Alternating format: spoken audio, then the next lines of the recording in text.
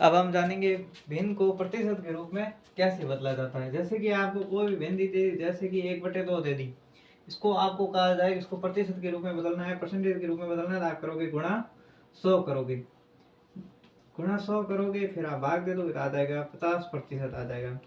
इसी प्रकार से यदि आपको भिन्न दे दी 1/3, आपको इसको कहा गया है कि प्रतिशत के रूप में बदलना है, तो आप करोगे गुणा 100, तो इसका मान आ जाएगा 33.33%। अब ये क्यों आया इसको, और इसका मान एक आप देखोगे 33 सही 1/3 प्रतिशत पे आपको देखने को मिलेगा। तो आप क्या करोगे, यहाँ पर आपको दे रखा है 1/3, तो आप जानते हो गुणा में आप कर दोगे ऊपर वाले को ऊपर वाले से गुणा, नीचे वाले को नीचे को। तो यहाँ पर 100 है, 100/3 है, यानी कि 100 में आपको 3 का भाग देना है। 3 का भाग दोगे आप जानते हो पहले, तो 3 का भाग इसमें 10 में चला जाए 3 बार, तो आ जाएगा 9। अब इसको घटा दोगे, 10 में 9 गए, पीछे बचा 1, पीछे 0 बचा तो हमने लिख दिया, फिर आ गया 3 हो गया, फिर 9 आ गया, वापिस बच गया 1, फिर यहाँ पर 0 उतर जाएगा, पॉइंट उतारने के बाद में 0 उतार सकते हैं 3, फिर 9, फिर ऐसे ही भाग 3 3 3 ऐसे आता रहेगा। अब एक तो तरीका है हम ऐसे खींचते जाए आगे से आगे, एक तरीका है कि ये तो हमें पॉइंटों के रूप में लेना है, हम ऐसे खींचते जाएंगे आगे से आगे करते जाएंगे।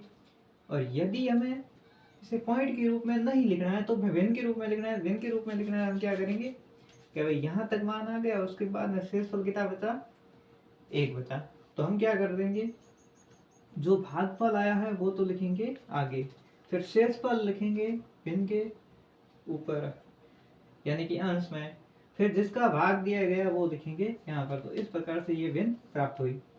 अब आ जाता है कोई, जैसे कि आपको दे दिया 1%, 1% नहीं, आपको दे रखा है सिर्फ भिन्न दे रखी है एक दे रखा है, इसका मतलब 1/1 दे रखा है।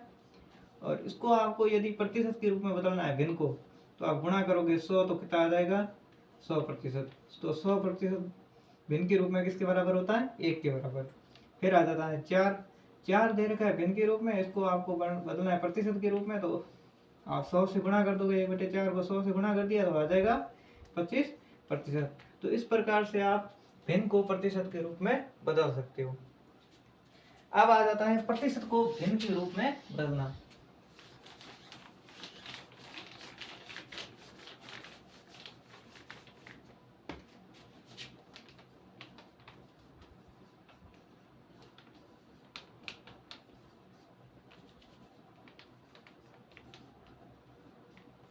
अब प्रतिशत को भिन्न में कैसे बदलेंगे वो जानेंगे। जैसे कि आपको दे दिया 100% दे दिया, 100% दे दिया, प्रतिशत का मान, प्रतिशत बराबर होता है 1/100। कभी भी यही रखना है कि प्रतिशत का मतलब कितना है, 1/100।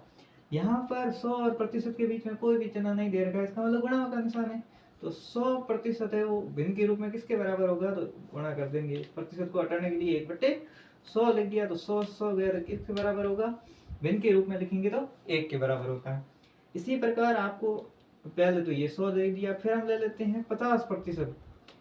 ये है, ये भिन्न के रूप में कैसे लिखा जा सकता है, 50 दे रखा है तो 50/100 लिख सकते हैं, क्योंकि प्रतिशत का मतलब 1/100 होता है, बट्टे में 100 आप लिख सकते हो। तो उत्तर आ जाएगा 0 0 कट गया, 5 का भाग 10 में 2 बार, तो 1/2 आ जाएगा।